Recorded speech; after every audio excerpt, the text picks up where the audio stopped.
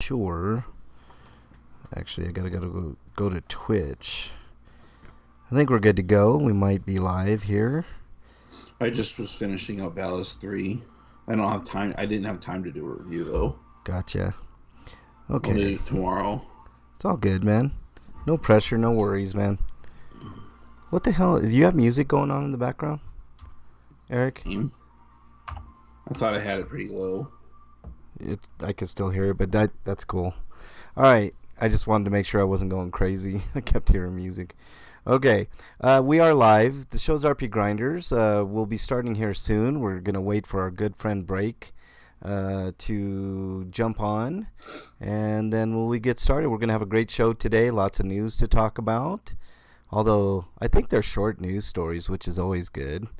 I'm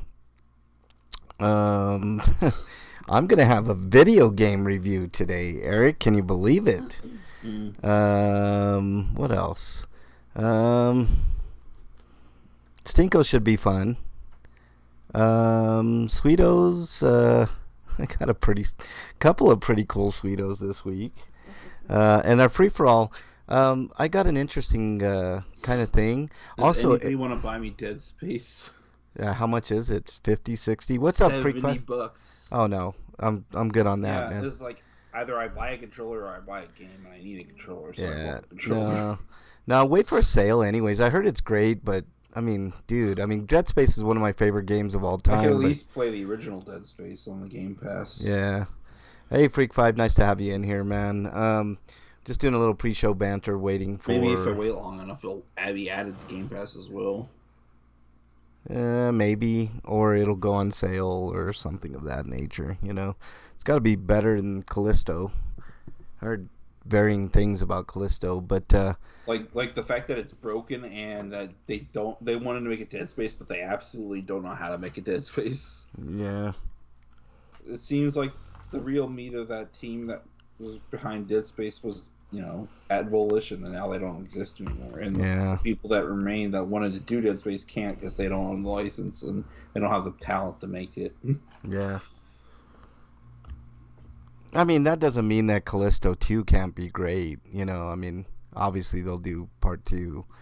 But, I don't know. I heard really, really good things about the Dead Space remake. They might as well just make a new Callisto game that has nothing to do with the previous one, so they could just start over. Yeah. Yeah. I'm gonna get it, but I have to wait for a sale. I'm just typing to Freak here. Can you hear us, Freak? It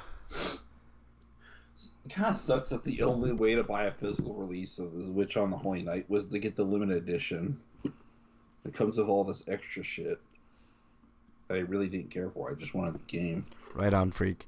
Dashing until you get hungry, huh? But it was like, it's either that or buy from PlayAsia, which was almost the same price anyway, so why not get the limited edition? What are we going to eat, Bernie? For dinner? Burritos or TV dinners? Probably burritos. Hot dogs if you want the sauce. Oh, yeah, we could do those. I had Stouffer's lasagna. Those things are, pretty good. Yeah, I like Stouffer's lasagna. I had that yesterday. Yeah. Maybe we'll do those chili cheese bratwurst things, whatever there's those are. Apparently Stouffer's chicken lasagna. Yeah. And it's apparently really good, but I can't find it anywhere. It should be available at places like Walmart, but the Wine Walmart didn't have them. It just had the cheese and the meat, and some cheese meat. Yeah. Oh well. We're gonna have a meat lovers version in small variety. Yeah. Show's RPGrinders. We're just doing a little pre-show banter before we get started with the main show. Lots to talk about today. Lots in the news. But we're gonna have a really good topic for free for all. So you're gonna want to stick around for that. What else? I actually have a video game review. I can't believe it. So obviously that should be fun. Yes, Freak 5, I beat a video game before you start in on me.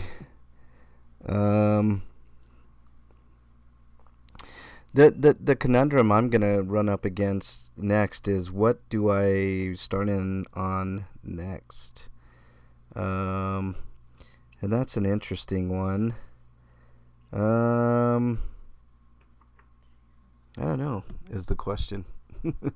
Not 100% sure, but we'll cross that bridge when it comes. We're just waiting on Breakman to jump on in, and then we will have ourselves a good time, hopefully. Let's see if I know Break was in on Twitter earlier, so I know he's around. But we should have a really good show today. I kind of feel it, you know.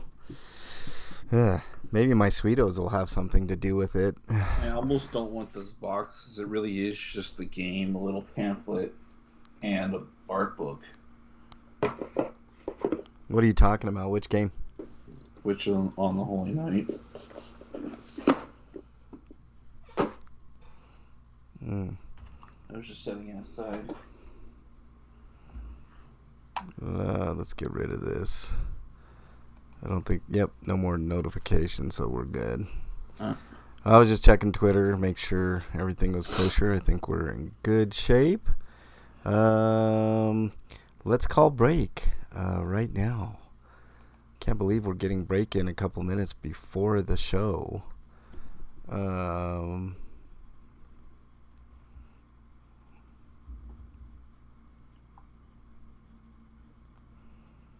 Add break. Let's add break here. Let's see if we can get them on. Oh my goodness. Of course not. Oh, Daisy really actually gets to be in a movie. Break, do we have you? If they fucked over with Star Wars. Yo, Break, I can hear you. Alright, cool. Right on. My phone. No, and I'm just going to use my phone for Skype because it seems to work better. I mean, no problems there, you know. I mean, I don't understand your laptop, man. How old's your laptop, Break, by the way? It's not old. It's like 4 years old, maybe. It should still work. What the hell's wrong with it, man? Maybe it got a virus or some bullshit, you know? Or it was a piece of crap to begin with. It was crap to begin with. It's an HP. Oh, well. Yeah. Yeah, there you go. By the way, this is why I don't understand why my nephew got an HP computer to play Microsoft Flight Simulator of all things. I mean, that's a popular game. I don't know why. I love Flight Simulator. It's a beefy game, and the PC is up to spec. It's just I don't know how long that thing's gonna last. Break. What was I gonna tell you, man? You sent me your list of like hot and cute. You didn't send me a list, Frank. I have it.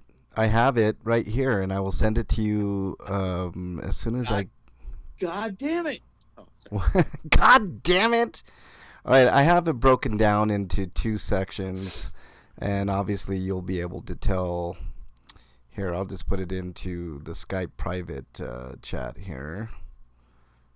Let's go here, and here you go, Break. Nice. Okay.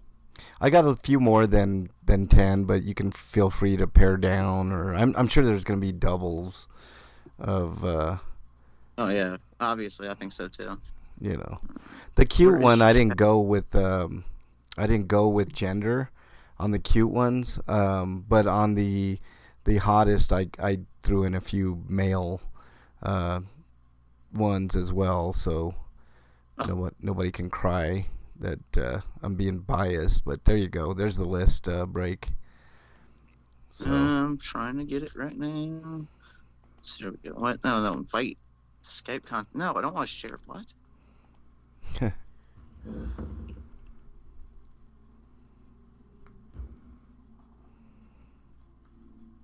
No, that's the wrong thing. Boots? Okay, no, I got it. You got it. Cool. The booze? Yeah, from Mario. Oh, like the ghost booze. Yeah. From Mario. Yes. Oh, okay. Yes. Okay. Yes. I was thinking like the boos. Like you mean like booing at a baseball game? No, booing is what I'm doing right now with the Denver Bronco coaching shirt. Oh, and when I gave you the list for Sakura, I meant Sakura specifically from Street Fighter V. Ooh, that's a good one, Eric. I didn't even think about that. Yeah, I was hard pressed to think of a black female character that was hot that's in a mainstream that people would know. I would know a lot more from anime, which is an indictment on the games industry, in my opinion. Yeah, I agree. I agree with you, Eric. Actually, I didn't specifically think about race when I did mine. Me neither. I was just thinking of characters, and I was like, Elena. I don't know if I want to put Elena there. She's more on the cute side, but she's kind of in the in between. Oh, Elena from Nathan Drake. No, Street Fighter. Oh, Street Fighter 3. Yeah. Got you. Yeah. Well, maybe more of the Street Fighter. I should have put because she's older than for she's hot. The one with the long legs, right? What? Yeah. She's the one with the long legs, right? Yeah. I wished I would have put the hot vampire chick from Darkstalkers in there. Ivy, that's a good one, Frank. Yeah, good. Ivy. I didn't want to go with completely fictional characters that are supernatural as the hot characters because I feel like that's cheating. Why is it cheating if it's hot in the game? Because Morgan's too easy. Plus, I could have figured that either of you would have picked Morgan. I didn't pick Morgan, but I should have. And it should have been in there. Matter of fact, let me look at my list.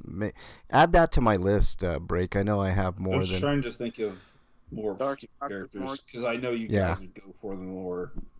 Yeah, that one right there. Go ahead. You can quickly add that to my list of hottest. And if you need to drop whoever else, I don't care. And Rin I put in the girls category, even though...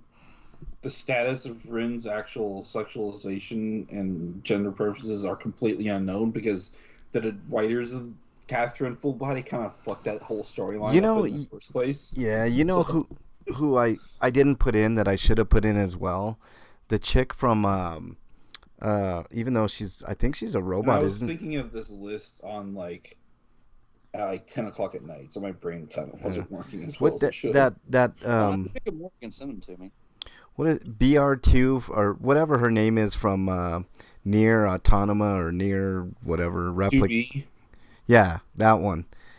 She's really, really something good to look at. But I had to narrow down my list. I think 2A is hotter. Really? Huh. Yeah. Well, that's interesting. I mean, even though she's kind of messed up looking, she didn't used to look like that. Yeah. All right. You can tell parts of her body that were ripped off. That starts next week. In your head that she looked different. If you want to add that one to Break, and then I won't add any more because I know your job is going to be hard enough as it is to pare these down a little bit. But whatever your heart desires, Break, you're in charge of the tournament. So you got to do what you got to do. There's going to be some hard choices, to get everybody on there. But I think we're good. Are you guys ready to go? Yeah. All right, let's do this.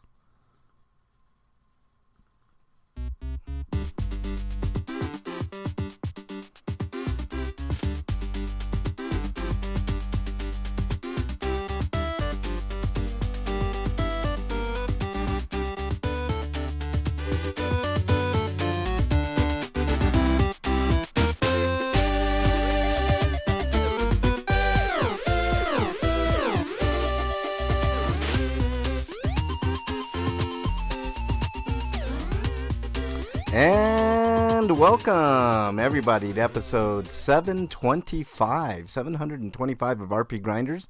I'm your host, Frank Branches, alongside my trusty cohorts, Eric the Great, Breakman the Bold. Gentlemen, how are you?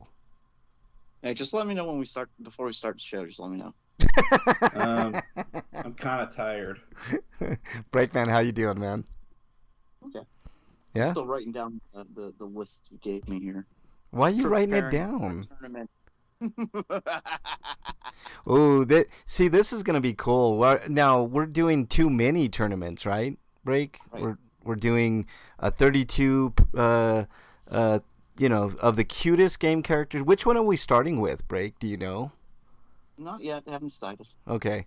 So there'll be a surprise. It's either going to be the top 32 cutest characters in video games or the top 32 hottest, like sexiest video game characters in games. And at least I added some males to the mix too. So I know that's going to be tough. I did 5 of each. Yeah, I couldn't come up with 5, and then I couldn't remember the guy from Days Gone, his name in that game. So I don't know. I wasn't really specifically thinking of guys versus girls either, because there's some in there that are curveballs. Right.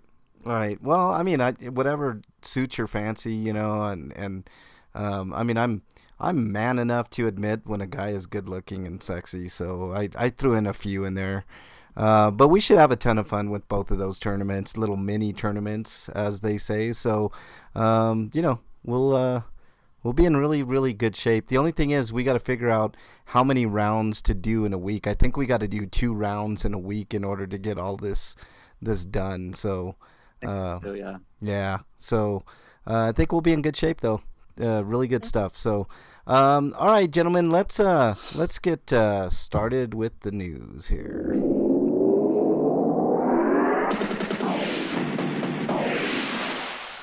RPG news. All right, Eric, you are up, sir. Okay. From RPG site, we've got a release date for Redemption Reapers, and it's coming out February 22nd for PlayStation 4, Nintendo Switch, PC. Strange that there's no PS5 version planned. I mean, they'll eventually get it there, but I was looking at some footage of this before the show, and it looks really, really nice, man. I mean, this game looks good. So it's something to look forward to for sure. The animations are really good. I mean, a little dark.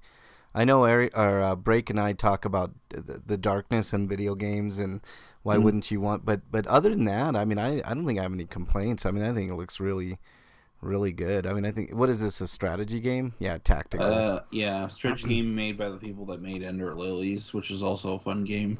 Yeah, this looks good, man. I mean, it looks really pretty, for sure. It's got, like, talent from earlier Fire Emblem games. Yeah, looks good. All right, anything else on that, Eric? No. All right, Break. Do you don't have your? Other than I can give you a price, $50. Okay. You got your links up, Break? Yep. All right. Just live RPG site. Fuga Melodies of Steel 2 launches on May 11th for the PlayStation 5, PlayStation 4, all the Xboxes, the Nintendo Switch, and the PC. All right. And any it's a turn-based RPG. The sequel follows the storyline of the original, which was released in 2021. It adds new gameplay elements such as a second form for the Soul Cannon, a Judgment morality system, and airship battle routes. A new character is also introduced named Vanilla. Yeah. Interesting. I added a name to the cute characters, which I don't think anybody came up with, and it was Vanille from Final Fantasy 13. You know. I think she's a really cute little character in the game. So, but anyways, this looks interesting. I don't know. Whatever. Sure. Anything else on this Break? Available in deluxe and standard. Deluxe edition comes with a mini soundtrack of music from the game. I hate it when they do the mini sound. Why can't we just get a goddamn soundtrack? Yeah. I was almost inclined to put Moogle in for a cute character, but then I have to decide which Moogle. I think I put in Moogles in general, Eric. I'm not 100% sure. So anyway, an art book to immerse yourself further into its world, plus costumes and items that can be used in the game. As we've talked about before, those will be items that are only good until you're in level 2. Yeah. Downloadable items: digital art book, 80 pages; digital soundtrack, 15 tracks, as they said, a sampler, which is bullshit because they're just digital files. You can get the whole whatever. In-game bonus items: sleepwear for all. Okay. Yeah. Here's an interesting question for you guys. Like, I know you talked about that Break. Like, after level 2, those items are pretty useless.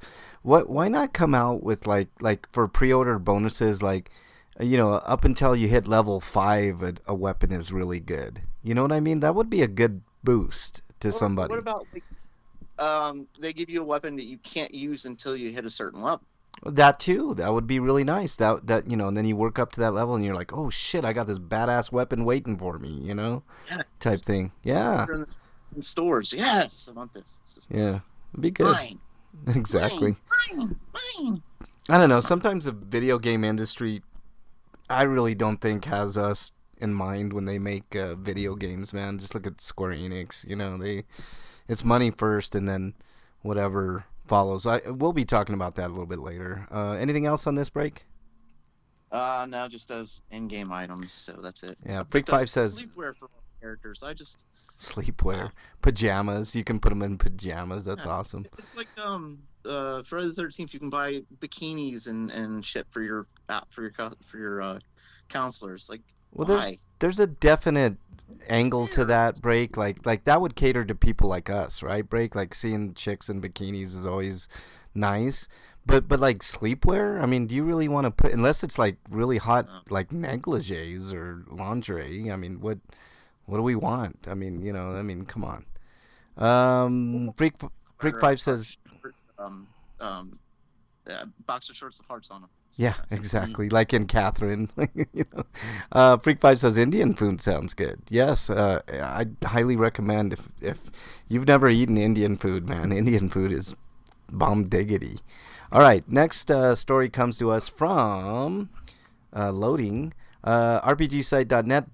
Bethesda announces the Elder Scrolls Online Necrom for PS5, PS4, Xbox, the Xbox Series, PC to release in June. So you got that to look forward to. It'll be, holy shit, it'll be priced starting at $39.99 for the base upgrade, with several pre-purchase bonuses and other bundles available.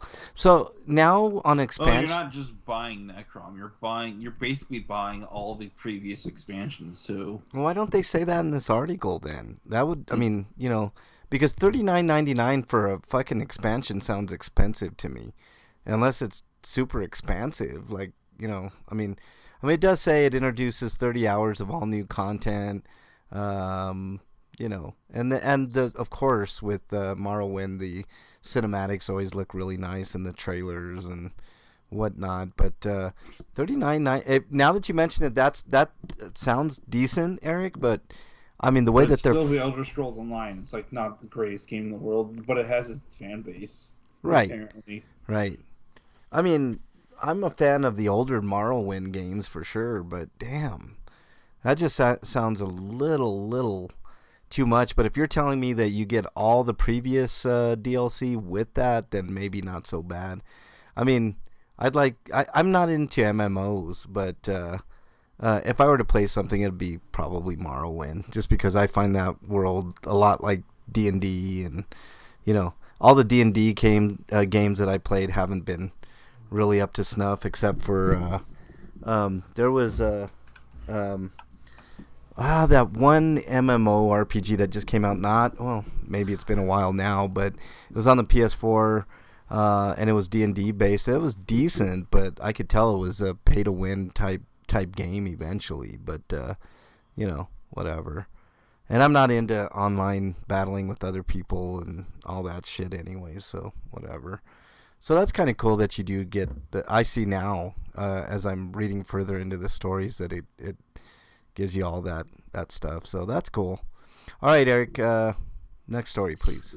All right, from RPG site. Excuse me.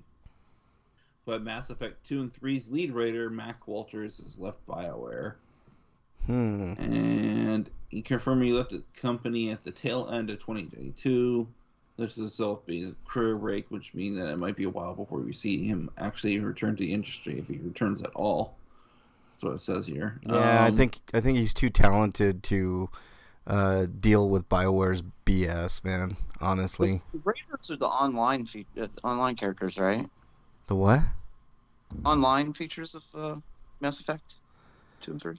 I don't know. I mean, I'm not the person to ask on that, break.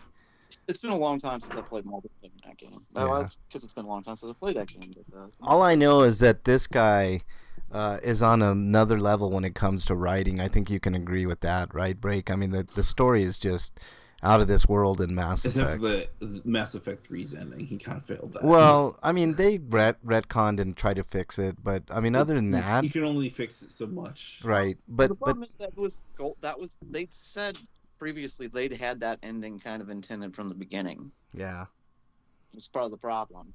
Whereas they should have made it more adaptable, Yeah, but I mean, honestly, I mean, look, if you just take the ending aside, apparently they saw people's complaints and they assumed that the ending was confusing, so they clarified some points on your choices, but they didn't actually fix the problem of the ending itself. The fact that your choices were still essentially the same. And they still didn't explain a couple things. I mean, I just got an ad for the and the way it ends is just not great. Yeah, well, I mean, honestly, everything else was so good, Eric. I mean, I mean, usually I say if you can't land a movie, I also hate how Mass Effect 3 assumes you made certain choices, like if you're not loading your save data from the previous game. Yeah, and doesn't let you pick certain choices, so that it doesn't assume you make others.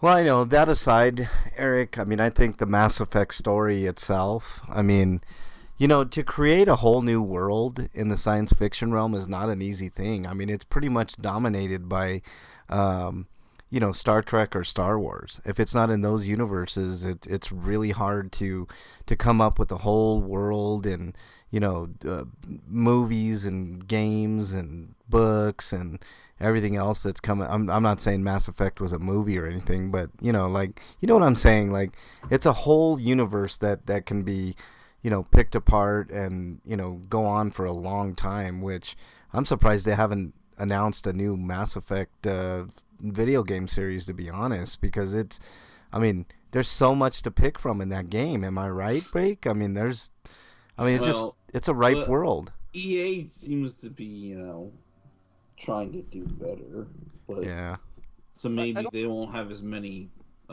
executive decisions in influencing how games turn out. Yeah, I don't know what their plans are for Mass Effect, but one of the reasons it was delayed is because they planned on sequels to Andromeda. Like, they thought Andromeda was going to be the next big thing, and then when it was a huge flop, they had to scrap all their plans and start over. Yeah, the only reason that was a flop is because they gave it to a different studio that did a shitty job on the video game itself, right? Andromeda. But I did play it later when it was fixed. Yeah. All the bugs were taken out of it and stuff.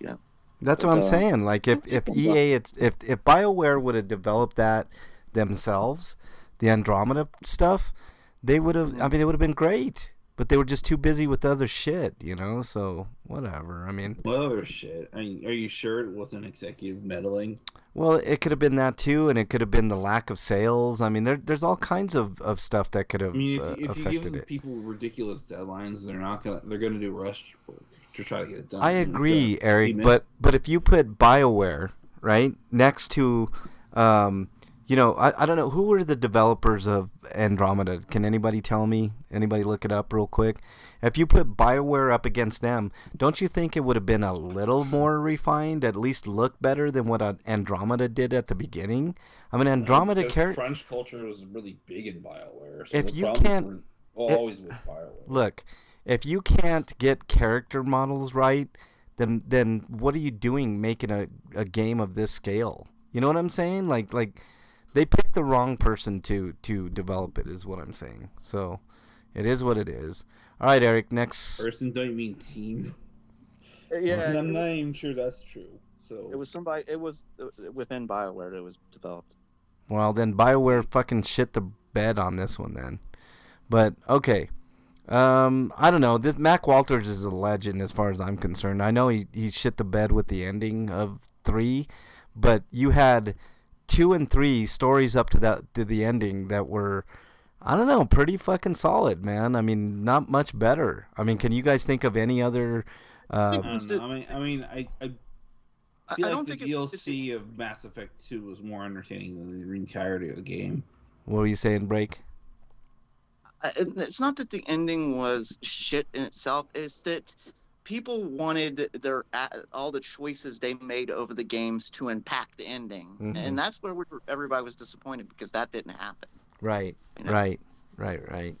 Well, and that's what BioWare didn't seem to understand. Like you said, when they like Eric said, when they redid the ending, like they're like, here's all the back characters, here's all that stuff you care about, right? Mm-hmm. No, we wanted all the choices we made, we wanted them to be impactful. Yeah. We thought they were going to be impactful. Turns out most of them were just minor side quests and shit in the game. Yeah, I know that was a valid concern, Break, for sure. But I'm just saying the writing in general. If you were to take and Although I think Mass Effect 3 on the whole is just average because it plays like any other FPS, and that makes it boring to me. Okay, even if the game's well made. That's fine, Eric, because you're biased. You're more into like other stuff, right? I'm the same way. Like I don't particularly find first-person shooters interesting, but like a first-person perspective is sometimes a good thing, you know, like Village, for instance, which I'll be talking about later. It wasn't first-person game though; it was the third-person. Third person, yeah. Well, I'm just saying, like to me, and it was so tropey because like there are enemy types that are like, well, here's like maybe 5 enemy types that you get different versions of. Like, here's the heavy version. Here's the not heavy. I know, Eric, but look, every game has those issues, right? Like no game do you go where there's not every game. Eric, what can I say 2 words without you interrupting? Let me finish my point and then pick it apart and destroy my points one by one. Okay? Most games reuse assets or tropey things. I mean, there's only 7 stories to be told to begin with. You see what I'm saying? So what I'm saying is Mass Effect did something interesting at the very least. It wouldn't have been as popular if it wasn't at the very least interesting, Eric. Look at something, for instance, like Anthem. I was super excited for Anthem because I thought this is a new world, a new sci-fi thing that we could do, you know, all kinds of things. We can basically be Iron Man. And it turned out to be absolute and utter shit because a lot of the same things that we're talking now. Mass Effect at least tried something slightly different. I don't know. It wasn't as successful as it was because it was just bad writing and horrible gameplay and all this shit, you know. So I mean, it's a lot better than something like Skyrim when it came out, or you know, other things that I hold in high regard. I think more than anything with Mass Effect 3 that let me down is that it felt like I was playing an action movie rather than an actual video game. Yeah, that's one criticism I can see. But if you look at the current landscape of gamers, Eric, like, I mean, it's Call of Duty, it's you know, a bunch of action type games. So I mean, I think they succeeded in the face of you know, stuff like that. I don't know.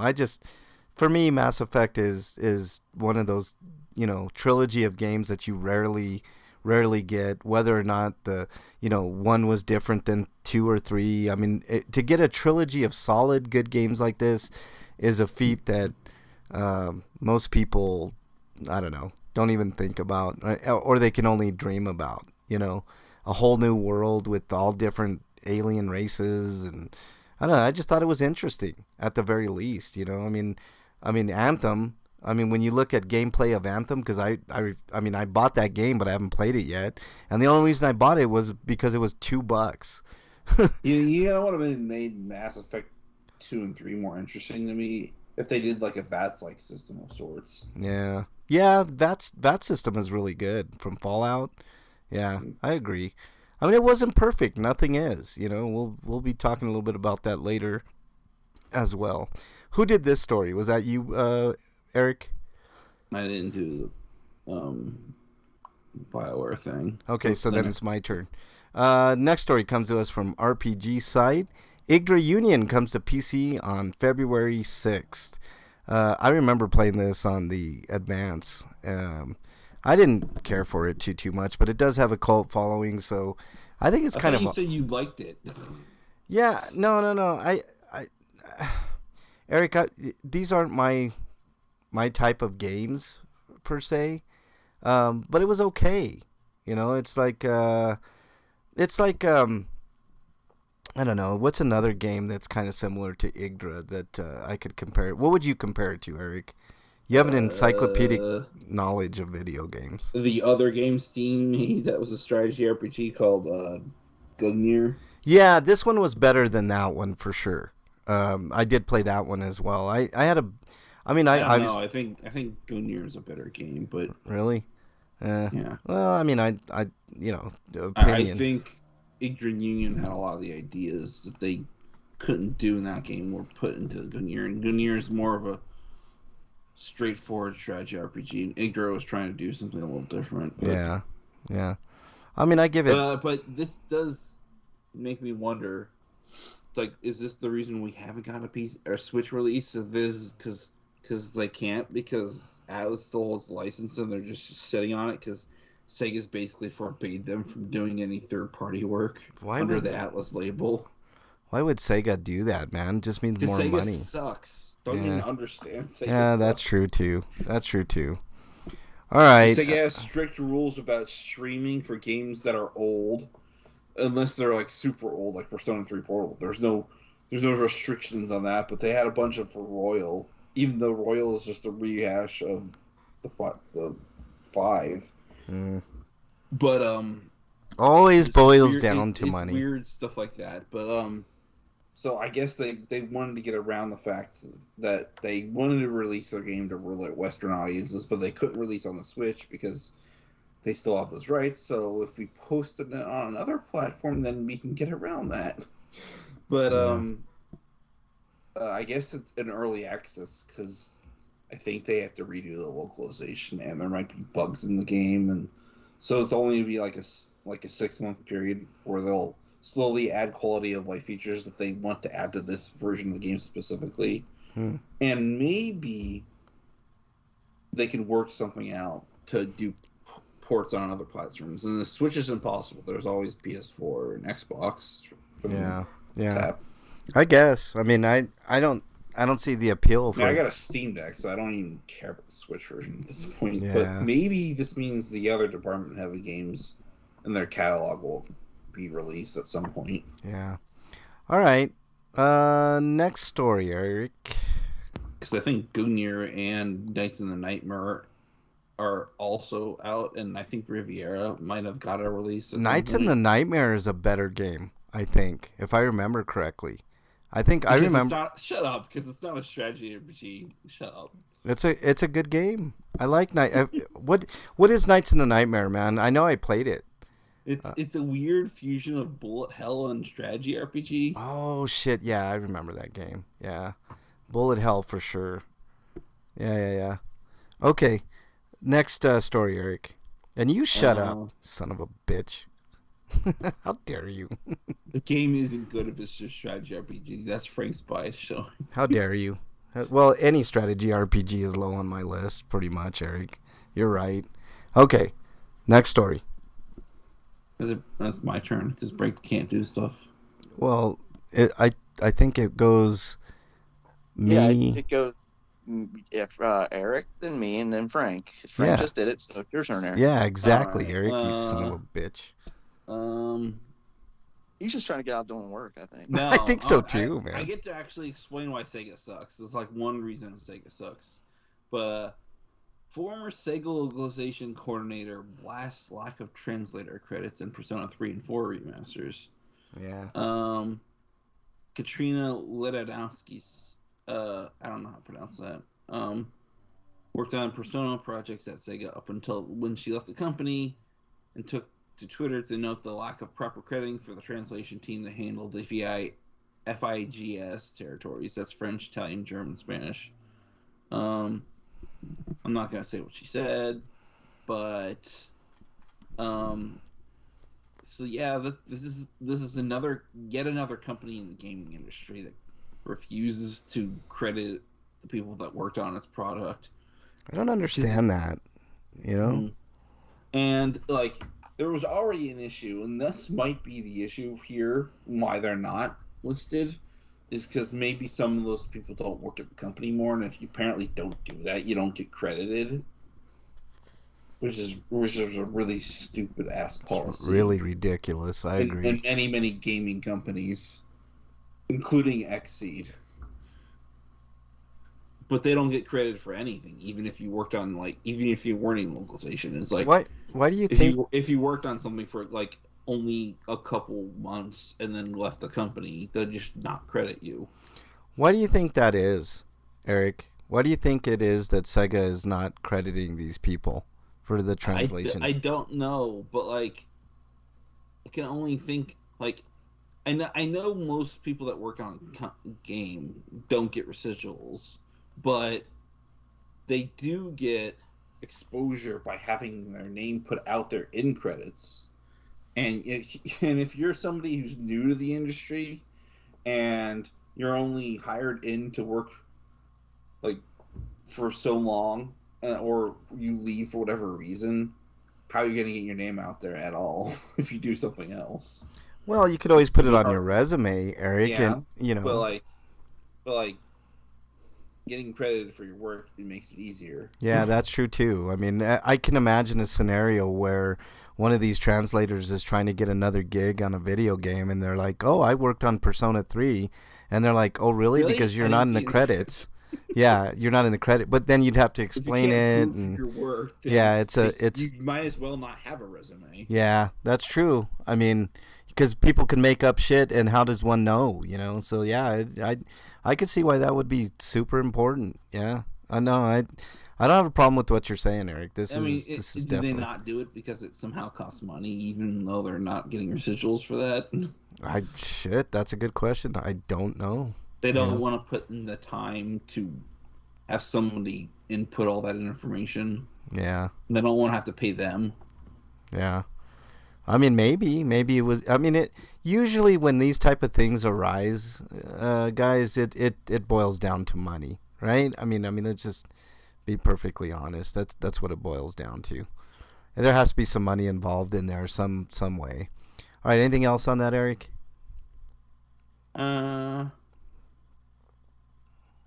No, that's pretty much it. All right, Breakman. Coming to us live from RPG site, Marvel's Midnight Suns DLC number 1, The Good, the Bad, and the Undead adds Deadpool. Okay. There you go. I mean, January 26th. There's the story. So is he a hero or villain? I can't hero. He's always been a hero. Available through the season pass or for individual purchases, and introduces Deadpool to the playable roster. Other DLC characters coming to the game in the future include Venom, Morbius, and Storm. Oh, yeah. Storm. That's a powerhouse right there. Yeah. Has anybody heard about this game? I thought Venom was already a part of the group because he was advertised in the trailers. Apparently and you not. have to buy him as DLC? How bullshit. I know, man. But, I mean, is this game any good? Has anybody heard? I mean, I haven't heard anything good. That's apparently a decent tactical RPG with card-based combat. Oh God! Which I'm guessing doesn't work the way most people think it does. Yeah, Break and I are already out, right? Break. I mean, we heard two things. I mean, tactical card. One thing two things I don't like. I think it's more like your attacks are represented by cards, but you don't actually have to build a deck. Well, that's good, at least. I mean, because usually card, like any card system, like building a deck in a game is just fucking tedious to me. I don't know. I never really liked it. Not only do you gotta do the tactic portion, but then you gotta worry about your fucking deck. It doesn't play like a deck builder RPG. Yeah. It's just a facet of the game. Yeah, I guess. All right. Anything else on that, Break? Nope. All right, next story comes to us from Gamatsu. As soon as it comes up here. Metal Black S Tribute canceled for PS4 and Switch. Price to match Arcade Archives release. So it'll cost $7.99. Didn't we talk about this a week or two ago, Eric? Yeah. But one of two of those platforms with PS4 Switch, and the reason they're not doing it is because the Arcade Archives release is a thing that's happening, so there's no point for them doing it. Nope. Complete recreation of the game that already exists. Yeah, Makes sense. The Xbox and PC versions will still be sold. Okay. Which is nice, so people who have those platforms can at least still play the game. Yeah, because they don't have the option of having arcade archives, right? Yeah. Yeah. Arcade archives is PS4 and Switch only. Yeah. Okay, well, that's cool. I mean, no big deal there. All right, Eric, next story, please. Well, it might. The only thing that sucks about this is apparently the problem with certain City Connection releases is that they have input delay problems, and this is a shooter, so that's particularly important to note. And the hamster releases for the arcade archives might not have as big of a problem with that.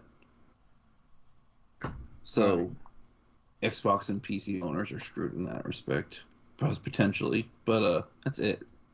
All right, next story, Eric. Story of Seasons: A Wonderful Life has a release date for June 27th in the West, and the Switch version is available this week in Japan if you absolutely can't wait. But the game will be priced at $50 in North America, with the premium edition priced at $60, with the latter including a copy of the game, a 3.5 inches tall by 4 inches long pocket goat plushie, and a large cloth poster, and this is all housed in a custom box. And in Europe, the standard edition will be priced at €39.99 or £34.99, and the premium edition being at $50 and $45. All I know is that it has one of the coolest trailers of any game I've ever seen. It's like all paper, like papercraft that they're calling it, and it's one of the coolest fucking trailers I've ever seen. It's like, you know how like you pull like certain things and it like makes it animated. It's a cool ass fucking trailer. You guys got to check it out. It's really, really neat. I don't know. I kind of dig it. It's like those pop-up books that you would like pull things and then like the characters would move a little bit to give it a little bit of life. It's really cool. Check out the trailer for Story of Seasons Papercraft trailer. It's really, really cool. I showed it here, so you got to see it here. But if you're listening on archives, make sure you check out that trailer. It's really, really something special. So, all right. Anything else on that, Eric? No. All right, Break. You get the honor of the last story, and this is something we'll probably talk a little bit about. Coming to us live from Gamatsu, Dragon Quest: The Adventure of Dai, A Hero's Bond. That's not the one. What? Oh wait. Never That mind. is the one. How dare you? Yeah, I screwed up something. All right. Go ahead. Okay. Break. Anyway, what is that? In service on April 26. Team Action RPG, Dragon Quest: Adventures of Dai, A Hero's Bond will insert. Why am I repeating myself? Since the game first launched on, who cares? I'm skipping forward. Yeah. If it would let me, like it's slow here. I guess really that's the story though. It's going to be canceled in April, so sorry. Yeah, Square Enix loses another mobile game because they can't just make a game; they have to make everything a service. Yeah, live service. It's funny because Stephanie Sterling did a really bang up video on Square Enix and talking about all the fucking live service games that they've killed off in the past year and a half, 2 years, and it's fucking staggering. Like they're a company that can equate themselves easily to EA. Like they're the EA of Japan. Like Square Enix has become really, really, really bad. Freak 5 says early Stinko, the lady who didn't tip me on the order I just delivered. Yeah, that fucking dude. I always tip when I do delivery stuff like DoorDash. I know, and everybody should. To your house, right? You know that. That's like mandatory now. What? He's gonna have to go home. The lowest I'll ever do is 15%, but that's depending on what my wallet's at. What were you saying, Break? He's gonna have to go buy some toilet paper and go TP your house. Yeah, I mean, what you're supposed to do. Or just take a big dump on her porch there. You know. Ooh, that's a good one too. Yeah, with no bag or anything, just so she could see it. How would you know where they live, though? Because he delivered right to her house. Oh, Yeah. he was the delivery. Yeah. That's Yes. Yeah, that's what I would do. Just, right there, right on the porch there, Freak Five. I'll teach him. Yeah, exactly. This is a big deal with Square Enix in particular. They are quickly, if not already fully, have aligned themselves with this live service thing, and they're cash grubbing pieces of shit. They're also doing NP nonsense on the side too. Yeah. I mean, it's just really, really bad. I would recommend everybody just boycott all their live service games. I don't give a fuck if it's Final Fantasy or Dragon Quest Also they're or anything. Grossly overpriced plastic figurines. Yeah. I mean, some of that shit is always going to sell, like the Dragon Quest and the Final Fantasy stuff of the world. But I mean, if I'm a gamer in Japan, I don't know how. I know we have a few listeners in Japan. Just fucking stop buying all this stuff. Like, I know they're like quote unquote freemium games, but just stop already. Let's not give them any money for any of these games. Let them do single player. I hate the fact that they still think single player games are not viable, and that's total and utter fucking horseshit. I mean, the majority of the money that people make initially is by single player fucking games. And what I mean by single player games is the games that also include multiplayer and whatnot, but not in this way. Not pay to win schemes like that piece of shit Avengers game that they said will never be pay to win, but eventually they were like, they slowed down the progression, the how fast you could level up, and then they started selling experience boost. It's like you just fucking lied. Or all the crap like Chocobo GP. You take a really good concept, you make a really good game out of it, and then you attach a bunch of microtransaction bullshit on top of it. Right. Freak says, LOL, I took a note of her address. I will be back when I have to poop. That away, Freak 5. Nice. There you go. Now you're thinking, you know what I'm saying? It's good stuff. All right. I'm surprised. I'm surprised Brave Exvius is still happening in War of the Visions. Yeah, exactly. And even then, they're going to be the same fucking bullshit over and over. Breakman, anything this week for you? No. All right, let's move to what we've been playing. Inquiring minds want to know. What you been playing, Break? A lot more Blasphemous. I'm pretty close to the end of my second playthrough. Just, the bosses have gotten a lot tougher at this point. It feels so satisfying when you beat them when they're hard, Yeah. Well, that's what she said, but okay. What else? Anything else? Wow. I guess she would say that, wouldn't she? Yeah. But yeah, it's still pretty fun. Even like this one boss, he was at four bosses. They all look like Death from Castlevania, essentially.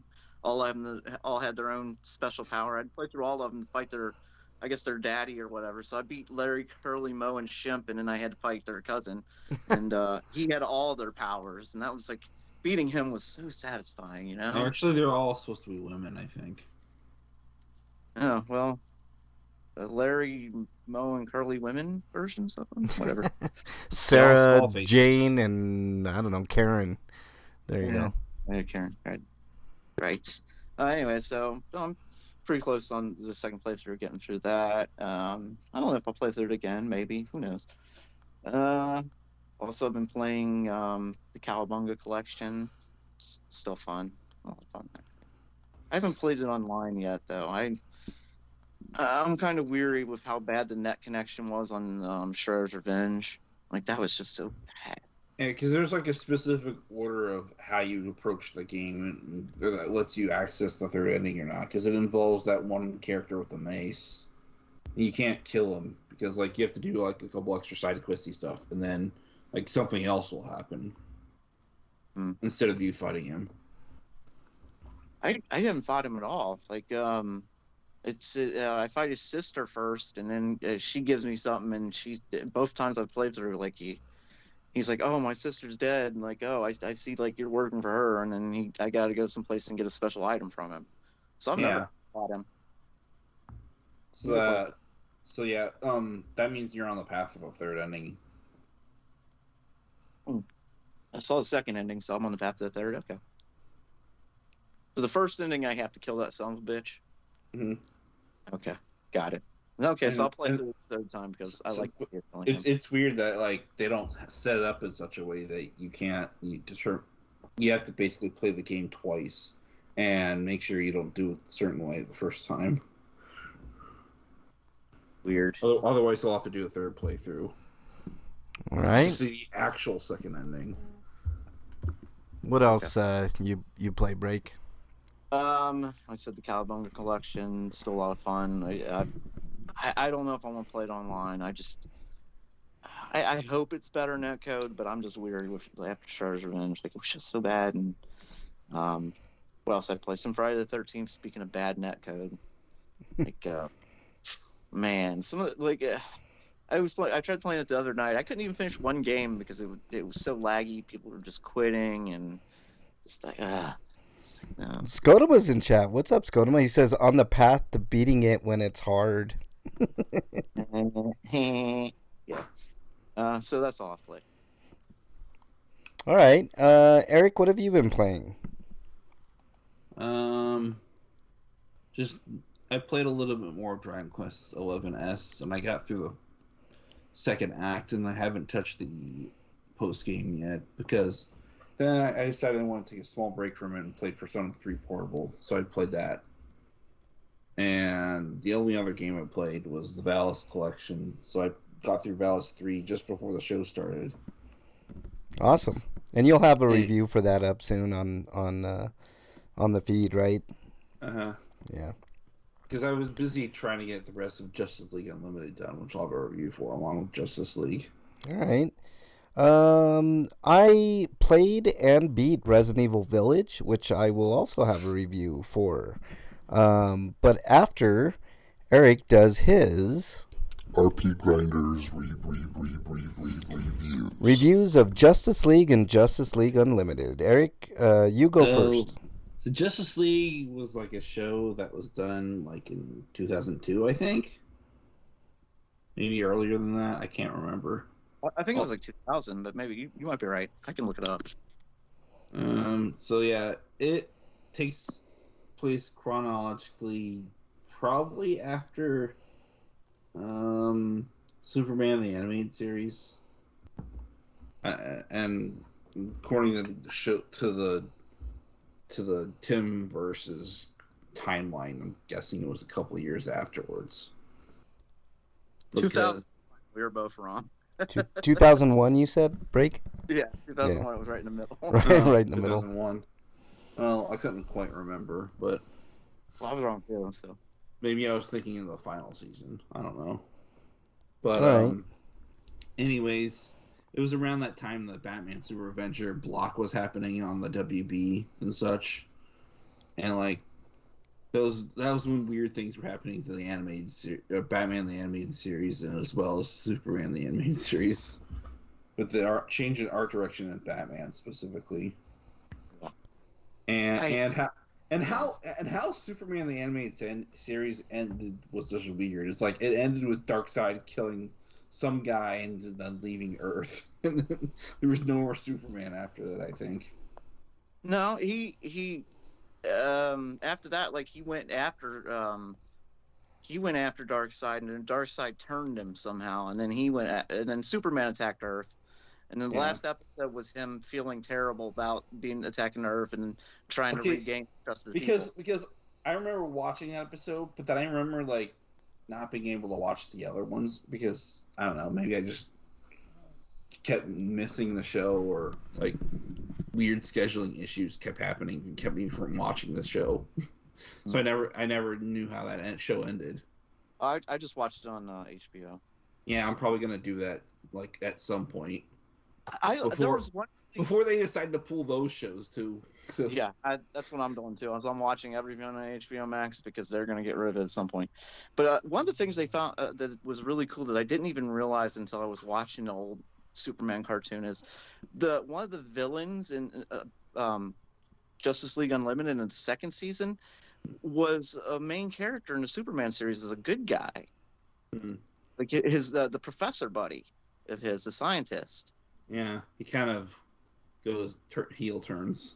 Yeah, like it was so like that was like a huge like change in it. Like him turning evil was like a huge betrayal to Superman. You know, I didn't even realize that at the time.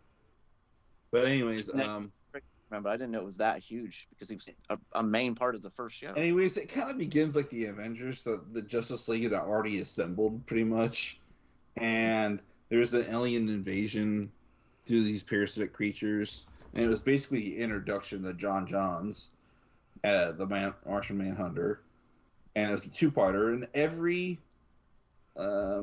no, it was actually a three-parter episode, and like in every other episode after that, it was like a two-parter, and like there'd be a break in between those with like a single part episodes, I think. And the finale of season 1 was also a three-parter, but every episode of the second season was a two-parter. No exceptions except for the last 3 episodes, which is a three-parter. And I like the show a lot because even though episodes were like an episode to episode conflict, kind of like a Monster of the Day type of thing, there was a coherent storyline behind it all. And that's even more prevalent in season 2 of Justice League Unlimited, unlike the other 2 seasons. But let me get to that later. And the biggest, one of the biggest, the best things about the Justice League that was the biggest flaw of Unlimited is the development of the characters in Justice League. They spend a lot of time, like every character gets their big moments, and we get to learn about the character, like their kind of their motivations and stuff like that. And there's character development, but in Unlimited, they don't spend enough time developing any characters. Yeah. At all, period. Well, except for maybe the second season, but that's less characters and more actual narrative that they develop. Right. But that's okay, because I could take narrative over character development, because most of those characters have been established already anyways, and the show mostly deals with the core group from the previous series. So how many seasons is the first? Just one season, Eric? 2 26-episode seasons. Got you. All right. But the Justice League Unlimited has 3 13-episode seasons. Got you. But as for a score for Justice League, I'd give it an 8.5. Like, one of the biggest issues I had with it is that, sure, they introduced Aquaman, but like they kind of do nothing with him later. Yeah. And he's more even grump than Batman is. He is grumpy as hell. I prefer the brave and the bold Aquaman, where he's like an idiot and he loves fighting. Mm-hmm. He's always happy. I like that version of Aquaman. But anyways, Justice League Unlimited is a dumpster fire. Oh shit! for the first season, and then second season's really good, and then the third season's kind of in this weird space in between being really terrible and kind of just, I don't know what they did there.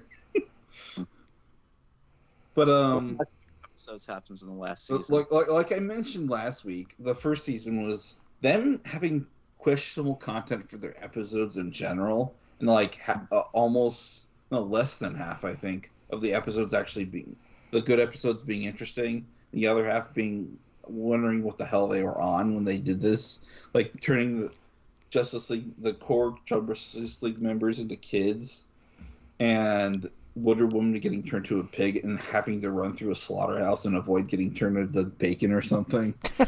And Batman solving the day by singing.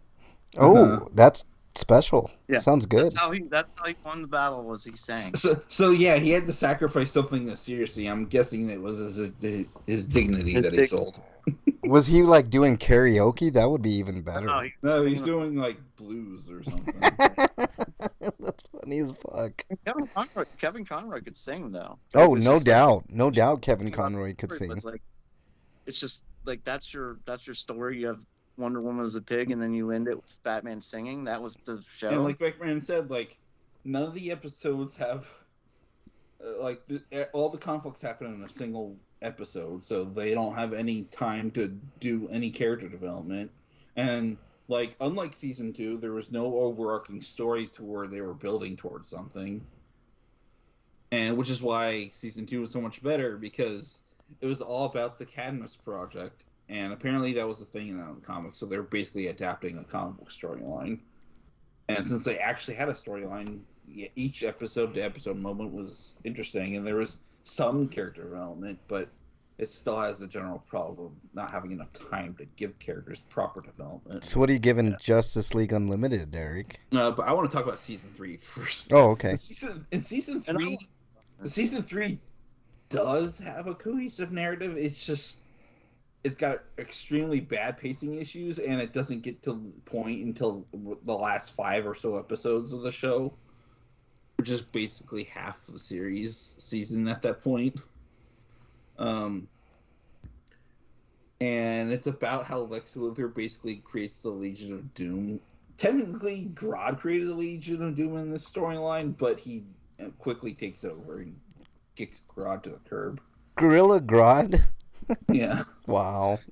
And it really feels more like a Power Rangers-esque storyline at first, because there's no cohesive storyline until near the half of the series is over, and you don't know what's actually going on. So it just feels like they're doing like random shit every episode. And it introduced a few more characters from the Justice League roster, but again, there's no room for them to develop as characters. And maybe I could see season 3 working as them just trying to close on a book on a few plot lines that they left unresolved from the previous series and the previous seasons. But, Well, for instance, like their characters like Fire and Ice, they have like talkings. They talk in like one episode, and like Hawk and Dove, same thing. Mm-hmm. Like, these characters they're there for what purpose? Yeah. They get used one episode, and then we hear nothing from them ever again. We see them in the background.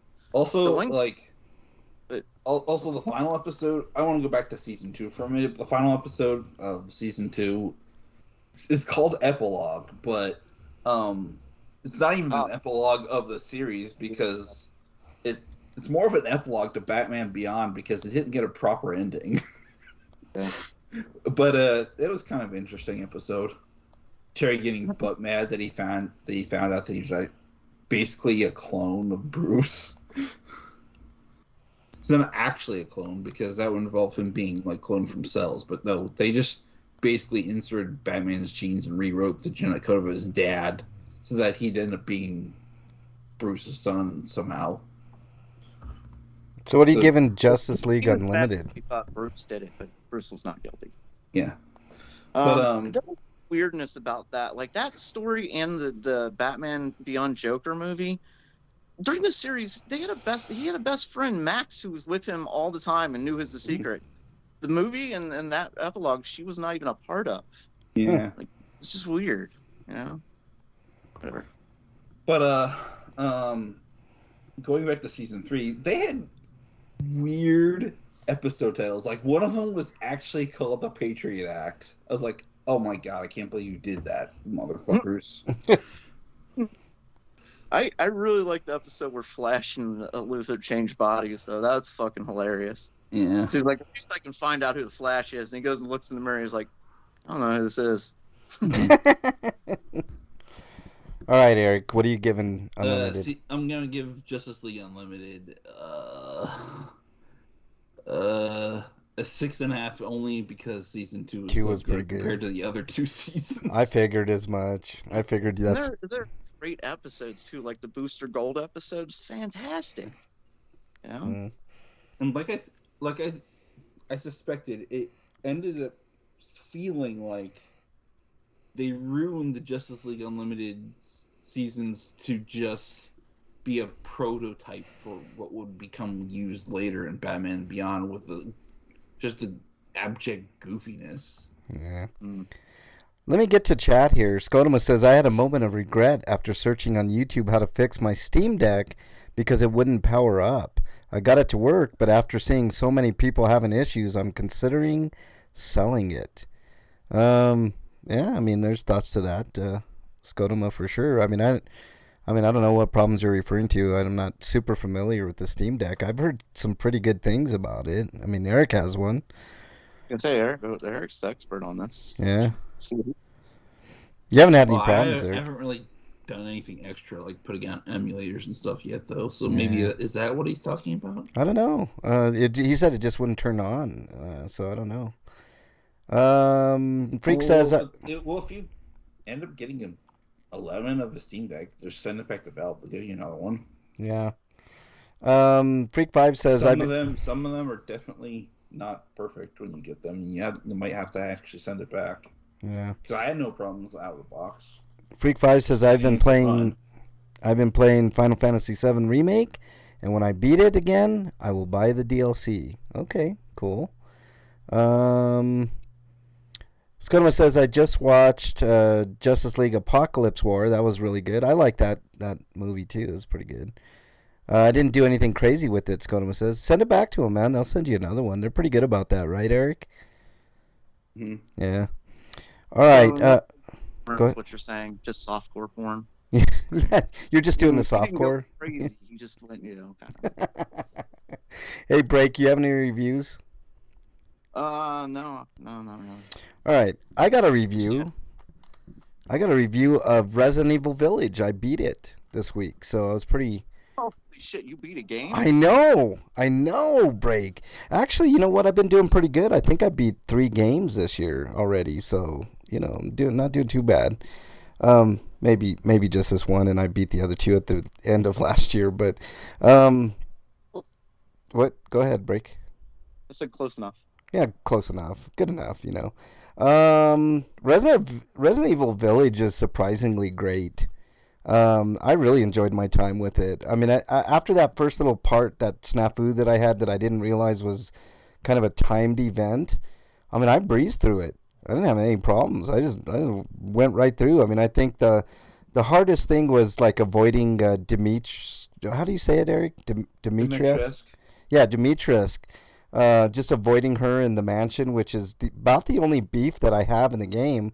I mean, I never really minded running into her because as my hottest characters that I gave a break, she's definitely in there, even though she's like 9 foot tall or whatever. But the problem is like revisiting areas that you beat.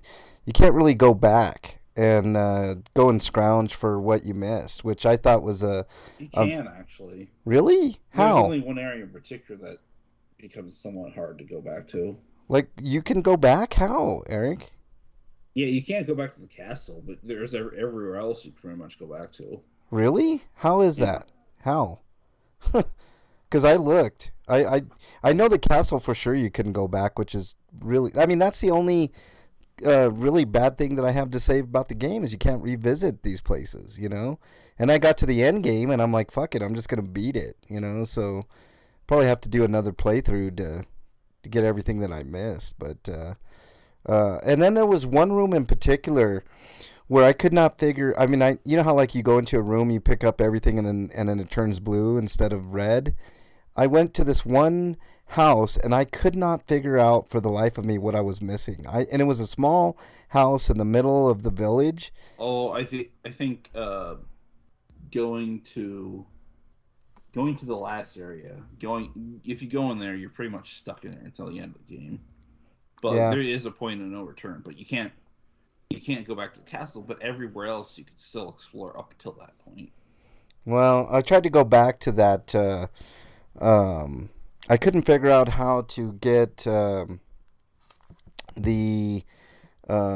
little grave marker piece. I couldn't figure that out for the gardener or whatever that was buried there. I couldn't figure. Yeah, the entire castle area and the surrounding area right next to it, you can't go back to. That's what I meant. That's what I was telling you. Oh, gotcha. Okay. Well, I may be doing another. That's like nothing that is involved with achievements, though, so you don't have to worry about that much.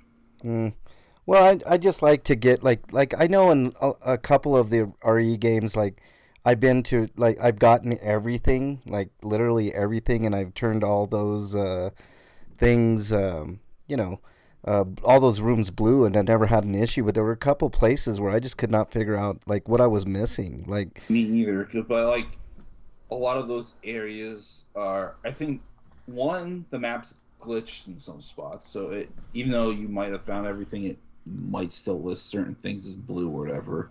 yeah. But yeah, there were some areas that with the red that means I still need to find something there, but I couldn't find it. So I assumed A, there's nothing here and the game isn't programmed right in this particular spot, or B, it's something that's probably insignificant anyway. Yeah, there was a room where there was like a marking on the ground in the village.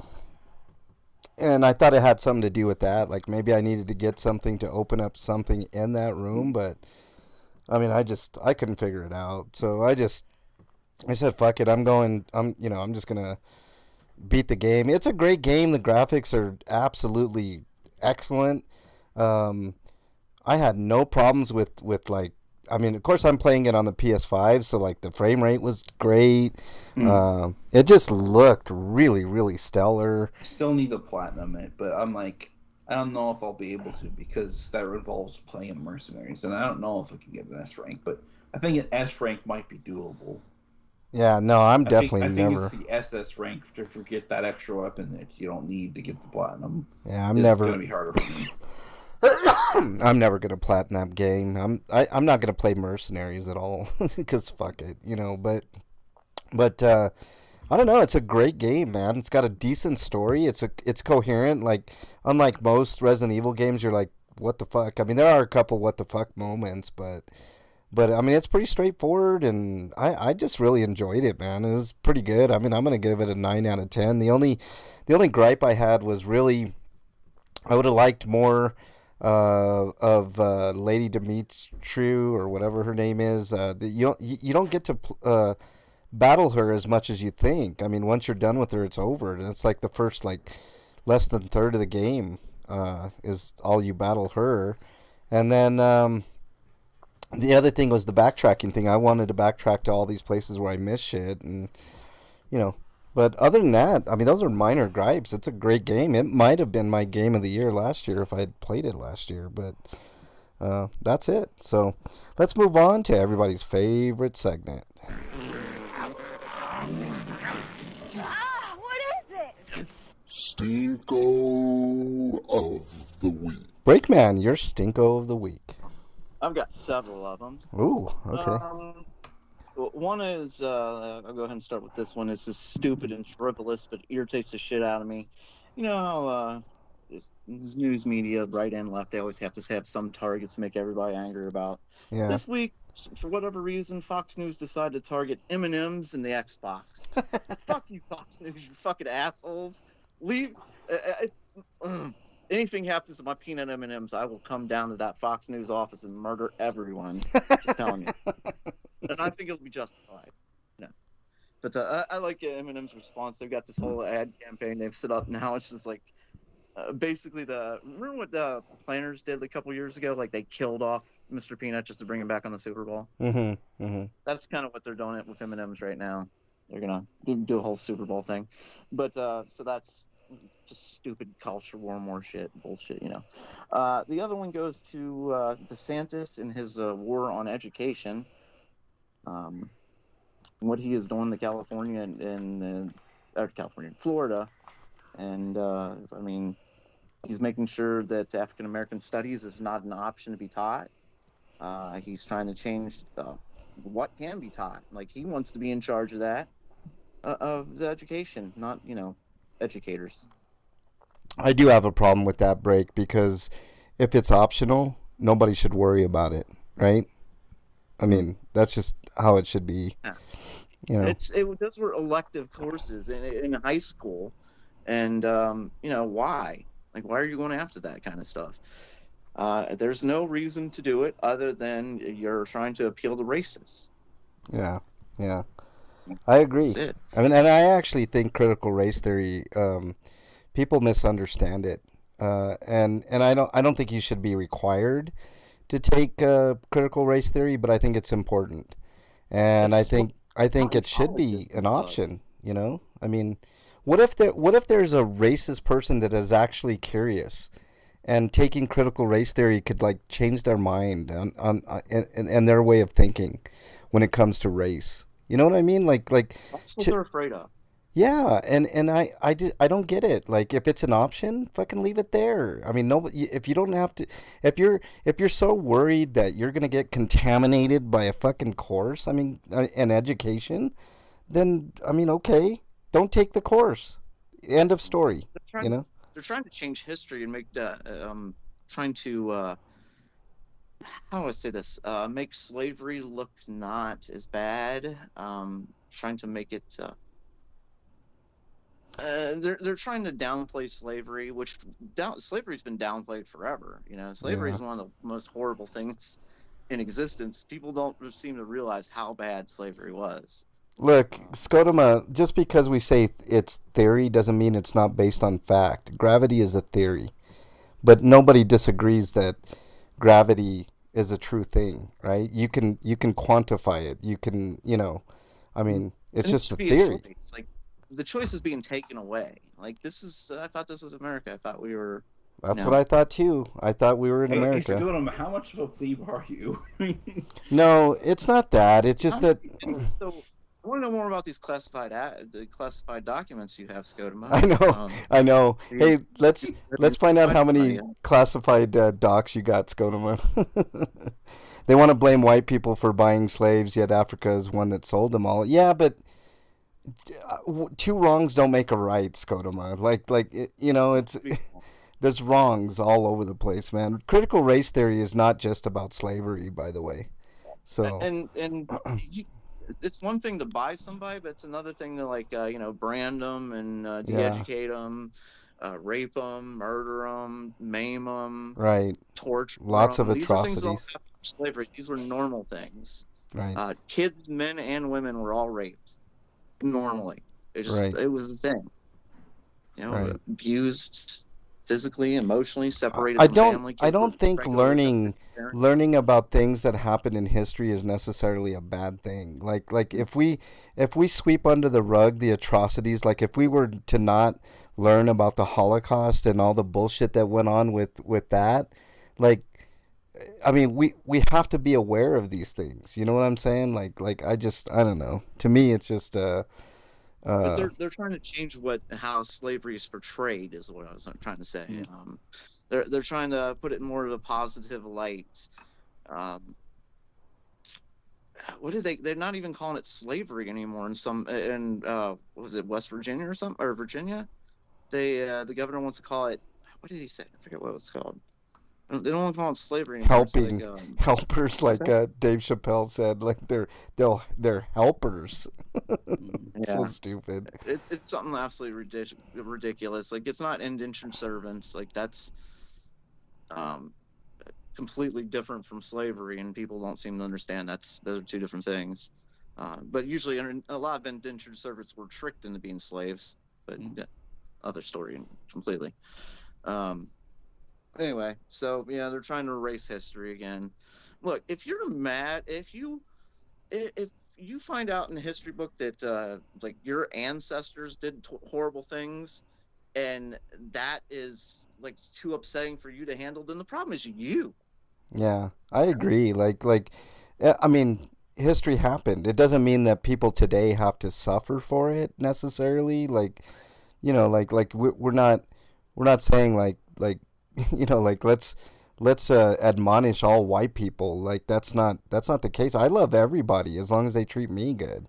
If you're a piece of shit and you treat me bad, then like the security guard that I just had to deal with like the other day, then of course you're gonna get what you get. I don't know if you saw that video, Scotoma, that I did with that security guard, but it's you know, it's pretty I mean, we were sitting there and the security guard like starts in his shit, and I'm like, look, you know, I mean, we're sitting here, you know, we have a purpose for being here, but I don't have to tell you. I don't understand why people do that. Freak 5 just sent me his Indian food. God damn it, Freak 5, how dare you? That means we have to end this show early. Let's try to. I wish I had an indie place nearby. Holy shit, it looks But so this is good. Geneva, Ohio, which is basically a rural Looks so good. town that's only large enough to be considered a city. No, Scotoma, critical race theory is not a way to divide. It's a way to educate. I mean, I don't believe education is a way of division. If you feel like you're on the outside looking in, you separate us from the true bigots, and yeah, I guess you consider it something that divides the people. No, why not? I understand what you're saying, Eric, but like I find it fascinating to learn different things, and critical race theory is infinitely fascinating. Like you don't learn this shit in history books. You know, you don't learn that stuff, and it should be taught. I mean, I don't think you should be forced to learn it. You won't learn that the war on drugs was a war against black and Latinos. That's not true, Scotoma. It just happens to be if you took critical race theory, you'd probably learn it there. Scotoma says it focuses too much on race blaming. No, that's not true. That's not true at all. I mean, the facts are the facts. This is the same kind of mentality that people use against trans people when they think that they want to be treated special when they just want to be treated like everybody else. Right. See, that's the thing, Scotoma. This is elementary school level thinking, Scotoma, and you need to think better about. I know, Scotoma is better than that. I know because I've talked to Scotoma in chats and stuff. Talk to people. Learning is never the reality of the situation. Eric, hold on. In various places. Learning is not. They start saying generalities about anything. Learning is not a bad thing, man. And if you happen to learn about certain things in history that happened, like I said, I came up with a good example that didn't involve black people, and that was the Holocaust. Like, learning about the Holocaust is interesting and sad that we got to a point where a specific country, a specific ideology decided that they were superior. You know, it just, I mean, it was bad. Killing Jewish people in that fashion was bad. You know, enslaving people is bad. If you're black, it just happens to be, it was white people. I don't even know what the fuck you're talking about. If trans people only wanted to be treated equally and no special privileges, they wouldn't have superstars forced to wear their uniforms with their... what the fuck are you I have no idea what that means, Scotoma. I really don't. I mean, I treat each individual as they come. Like, if a gay person came up to me, or a trans person, or a white person, or a black person, and they treated me like shit, I would give them what they get.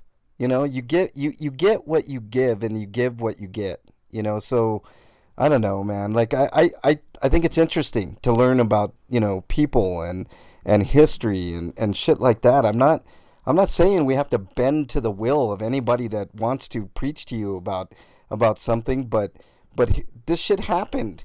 We have to acknowledge it, and we have to learn from our mistakes. If we don't teach what happened in history, we'll never fucking be any different than history. I can say this much at least. I think most people, including Scotoma, don't have problems with trans, the entire LGBT, but when it comes to them raising up concerns about what certain politicians are doing that make laws that make it easier for the actual bigots to make it life harder for us, then that's the problem that we need to address. Like, and you not seeing that reality. Look, I have another channel named Mexican Longhair. Scotoma likes my channel just as a lot of other people do. I have been through so much hate in my life based on the color of my skin, but you wouldn't know it because I don't necessarily talk about it a lot, but it does need to be acknowledged, and you, like I said, if we can't learn from our mistakes, and learning from our mistakes is learning from history. The very definition of insanity is doing the same thing over and over again, expecting different results. People are people, regardless of race, religion, sexual orientation. I don't understand the hatred. Like, let's just, get together, decide that people are people, treat each individual as they come, learn from our mistakes, and move forward. That's what I'm saying. We don't got enough time to go through a whole soliloquy on this. And as far as that hockey guy is concerned, Skodoma, I don't believe anybody should be forced to wear any specific uniform. So I am, in that camp, and he did what he did, and he had every right to. So, but also people had a right to be upset at him for not participating. So, it goes both ways. Freak Five says his stingo is that I slipped on ice, slipped down my stairs. Happened Saturday night, and I'm still sore. My security camera caught it. I sent it to my sister so she could see how I fell. She showed a bunch of people at work, and they were laughing at me. Okay, I'm just laughing at you because you're Freak Five, Skodoma.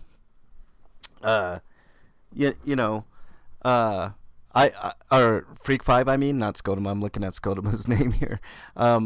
But it is serious, man. If you're still sore, you might need to get checked out, Freak Five. You could have like a fracture or sprain or something.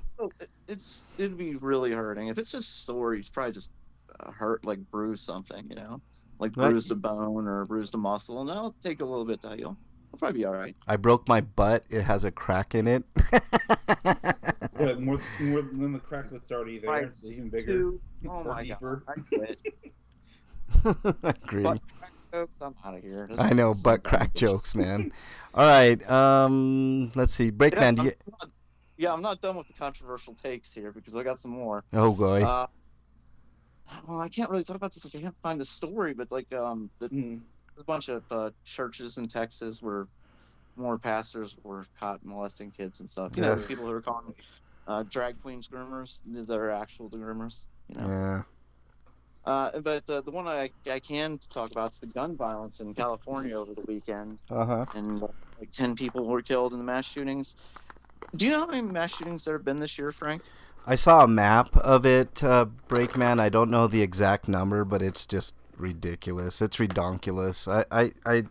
I mean, I talk about the mental health aspect of things all the time. I think Skodoma and I are in full agreement, like, with the whole, mental health aspect. But, I mean, when are we going to start doing something? I mean, both parties suck at doing anything but arguing about fucking race and identity politics that they don't want to solve anything. Nobody wants to solve anything in Washington. So, All right. What else? Break. So anyway, the count is here. Let me do a little bit of math. 42 mass shooting this year. Yep. How many? What's the date right now? Yep. There's more than one a day now. Yep. It's January 27th. There have only been 27 days in this year. This country already has 42 mass shootings. Yep. And for people who don't know, mass shooting means that at least 4 people were shot. Doesn't mean everybody died or anybody even died, but at least 4 people were shot. Yeah. And a lot of times we know that there were fatalities. We see, like, for instance, this one in California is 7 fatalities at Half Moon Bay. And the Monterey Park one's now up to 12. Last I saw it was 11. Now it's at 12. For Christ's sake. Yeah. There's a shooting in Louisiana that probably wasn't talked about because everybody survived, but 12 people were shot. Yep. There was one in Denver, I believe, January 7th or 8th. I can't remember now. It's been a little bit. But see how conditioned we are now to be like kind of like, well, this is just everyday life in the United States now, I mean, four people were shot in that one. Yeah. Yep. You see, Ohio, Cleveland, that's my state here. We have 4 people were killed and 1 injured on that one. Let me find if my city's in here. I didn't actually look. I was just counting them. It's 42, Freak 5. Texas and Missouri, North Carolina, Florida, Virginia. Yeah, I agree. It's not leftist media, Skodoma. It's more mainstream media. If it was leftist, we would be talking about, progressive ideas like corporate media is what it is. It's just media, lamestream. They always get it wrong, whether it's left or right. But I understand what you're saying, Skodoma. It's maddening, like The right wing has their agenda. The left wing has their agenda. They're both wings of the same fucking bird. They all suck. I've talked about this ad nauseum. Please their corporate donors. It's not to do what's best for this country or us. Yeah, they're not concerned. They're concerned with donors. And the number one thing that we've always talked about for years and years on this show now. I mean, we've been doing this for 15 years now. Is money out of politics. Money out of politics, and it's never going to happen in our lifetimes, or maybe even our kids' lifetimes, and et cetera, et cetera. The United States has become a failure, an abject failure. What else you got, Break? It's one of those things that they're going to always talk about, like we're going to do this, we need to do this, and then just never push it down they just kick it down the can. Yep. They find temporary stop measures and stop gaps and stuff like that, but never what needs to be done. Right. Not for us. Anyway. What else you got, Break? The other one that was the Texas pastors. I can't find the story though. Okay. It was like I think like 10 of them were caught. It's not surprising, man. I mean, I've got no problems with religious people, but I always have problems with hiding behind religion. So. Yeah. It just, it's And one of the people caught was one of the prominent, accusing people of grooming. Right. Prominent, anti-LGBTQ, because they're grooming kids, and meanwhile he's raping kids. Yeah. So. Well, the Catholic Church has been hiding shit for years, and now a lot of evangelical leaders have been found to, be doing a lot of that crappy nonsense. It just, it just goes to show, man. I mean, just these people. Yeah, there's a saying: never meet your heroes. This goes along with that. What else you got, Break? It has off. It's sad. Anyway, no laughs for that. Okay, no, that's all. That's it. All right, Eric. I didn't. You have a stinko? Not this week, no. All right. I do. Just a real quick, when I mentioned it, it's not nearly as the gravity of what Breakman was saying, but my previous bitch about Resident Evil 8, things I hate about video games, not being able to go back to a previous area in a video game. I just, for some reason, it just bothers me, especially in mostly a linear game like Resident Evil 8. I just hate not being able to, being able to go back and explore a little bit more, and I don't know, just things like that. All right, let's move on to happier thoughts. Dude, what does my tattoo say? Sweet! Sweeto of the week. All right, Break, did you have a sweeto? Yeah, a couple. One goes to and the rise of Trump. There was something that started rising too, was right-wing networks, misinformation networks, the ones that were blatantly lying and making stuff up. Ones like OANN who actually reported that COVID was made in a lab in North Carolina. Well, North Carolina? Wow, that's the first I heard of that. that was a big story on OANN when it was when COVID first broke out. A female reporter, I remember, was telling the story, and it was this big thing. But anyway, so the misinformation networks, we already know OAN has been punished by DirecTV and stuff like that. Now Newsmax has suffered the same fate, and DirecTV's them. Yeah. Skodoma says, still no list of people who visited Pedo Island. That's a great point. That's a great point, Skodoma. I couldn't agree with you more. I want to see that fucking list. Because there are too many politicians on that list, I guarantee you. Too many politicians and too many people that are in the billionaire class and millionaire class, man. I mean, no doubt whatsoever, Skodoma. That's a great point. And how dare you, Freak 5? You're exiled, you son of a bitch. Ghislaine Maxwell knows. I mean, why aren't we getting the list? We can't trust anything she says. Listen, she said that picture of her and Prince Andrew and their victim. She's like, that's fake. She's a piece of garbage. Yeah. She deserves to rot in that prison. Nobody ever interview her. Just let that bitch rot. She's a shit. And that's what she needs to do. Anyways, back to my sweetos. I'm not often happy about being wrong about anything, but Zach Taylor coach of the Bengals. He deserves an apology from me for being a stinko earlier in the season. You know, he still I was pretty sucks, hard man. on him. And, Sorry, he sucks. What's that? He sucks. He fucking sucks, man. If it wasn't for him, they would have won last year's Super Bowl, man. He's done a great job coaching this team this year. Yeah, he's done decent, I have to say. But let's keep our fingers crossed, Break, because they're going up against my most hated team, fucking Kansas City Chiefs. This is the Bengals are doing better than they've ever done, so I'm happy even if they lose this next game. Oh God, don't say that, Break. You shut your whore mouth, man. Because I know they're going to be able to compete next year is the thing. Like, that's been a problem with teams before. It's like, okay, well, you know, are they going to be back next year? Didn't Marvin Lewis bring his team to the playoffs and never did anything after that at the beginning?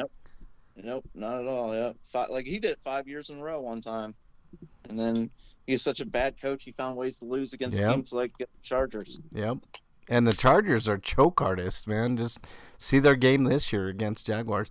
Who do you guys think will win the Superb Owl this year? Scotoma says. Anybody but the Chiefs, Scotoma, I'm cool with.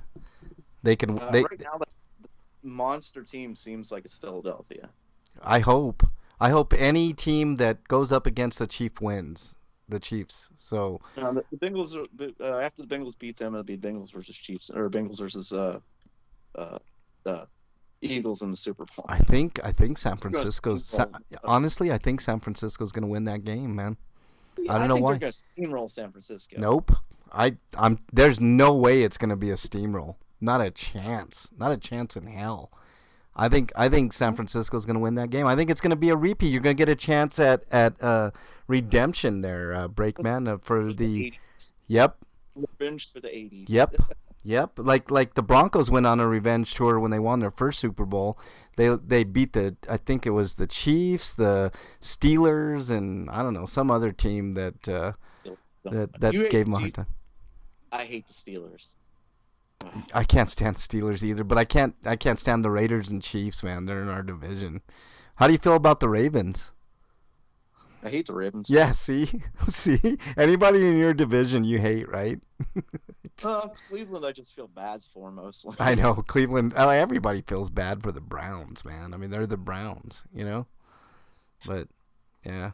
It's kind of like the Chargers. Like, I can't hate the Chargers. I just feel bad for them because they always choke. Always. And their fans are always so hopeful, just like the Browns fans every year, like at the beginning of the season, like they're just like, yes, this is our year. I know. Of course, every fan base is like that. Look at me this year, man. I was like, man, this is gonna be such a promise. New coach, offensive minded. I'm in. You know, Russell Wilson. Woo. You know, and then he got hurt right away, which sucked. Yeah. Well, there's a lot of problems this year, man. The defense definitely wasn't one, but whatever. All right. And then they're gonna screw it up again now. Dude, I have no idea. I mean, I think a Cracker Jack box is gonna coach the Broncos next year. Fucking owners are fucking it up, man. Whatever. Anyways, what else you got? Break. Have they interviewed anybody or? They've interviewed everybody, but they're dragging their feet because they thought that they were going to get this DeMeco Ryans out of fucking San Francisco. In the meantime, they're losing out on a great coach like Sean Payton. You know, it's like, just fucking back up that Brinks truck, give Payton whatever he wants, give the Saints whatever they want, and then we can have a decent coach, a proven decent coach. But instead, they're fucking around, and they're going to find out. But I really wanted Jim Harbaugh, to be honest with you, but whatever. All right. Ethiopian food was delicious, Freak 5 says. Ethiopian food. Yeah. All right, what else you got, Spray? Ethiopia are starving. Like, what kind of food do they eat there? I'm just good curious. Food, man. Like spicy. I'm sure not everybody in Ethiopia is starving. Right, not everybody, man. I was kidding. You're being. I mean, what are they serving? Plates? Anyways, go ahead. Break. Anything else you got? Sticks and twigs and berries and stuff. Right, berries. No, that's all I got. Eric, I didn't see anything for you. Yeah, nothing especially noteworthy this week in either category. Mine is my evil sister is finally out of the country, so that's great news for me. I can't stand her. But the country? So. Yeah, she lives in El Salvador now, so Good riddance Oh, as that's far right. as You I. told me. Yeah. And then also I got Pantera tickets, so I'm super stoked for that. I can't wait to see Pantera. The last time I saw Pantera was, oh shit, it was 90s, I believe. So I'm really excited for that. They're like tribute tour or whatever they're calling it. It's gonna be awesome. So can't wait to see that. And that's it. So let's move to our free for all.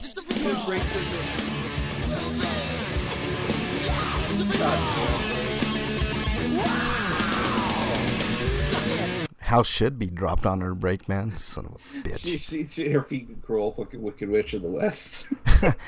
Freak. How dare you, freak? 90 BC or AD. How dare you? Son of a bitch. All right. So I came up with an interesting topic this week.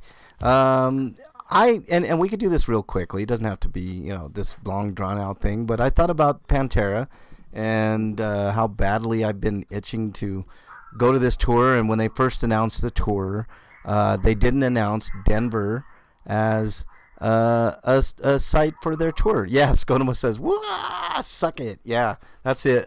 I love that little soundbite, Skodoma. I'm glad you enjoyed that too. Every time I hear it, I get a chuckle. But where the fuck did you find that anyway? You know what? I don't know, but it says free for all, and it was on a song. I know that, and I just clipped that out, man. So, anyways,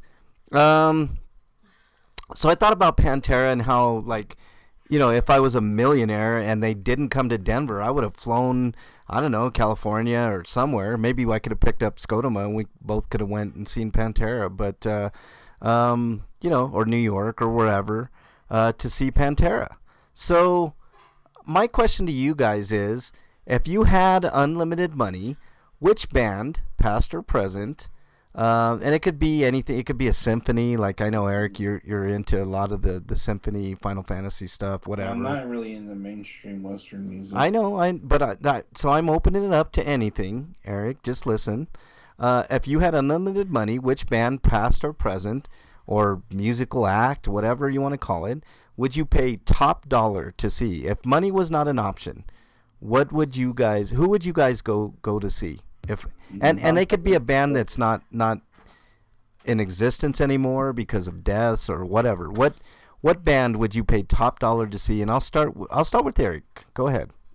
I'd probably see all the video game concerts I can't see in America. Yeah. For whatever reason, either because of limited availability or just not being able to travel that far. Right. See, that's what I'm talking about. Skodoma said Faith No More. And plus, like, some Japanese performers, like Hayadane, doing music, like a concert or something like that. Yeah, that's what I'm talking about, Eric. Skodoma... I've never seen Garugamesh, so that'd be interesting to see. There you go. Skodoma says Faith No More. A funny, interesting story about Faith No More, Skodoma. And supposedly they're going to go back on tour soon, Skodoma, so you might have your chance.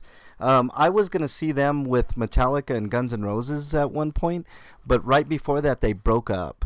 But I wasn't super disappointed because I got to see Body Count. Body Count was awesome, but would have really loved to see Faith No More as well. All right, Breakman, who would you like to see? Tom Petty, yeah. You never saw them in concert? Nope. Who else? Anybody else? Oh, if we're not talking specifically music, I'd also like to see like Penn and Teller shows and stuff. Oh, I saw Penn and Teller. Yeah. What did you say, Break? Sorry.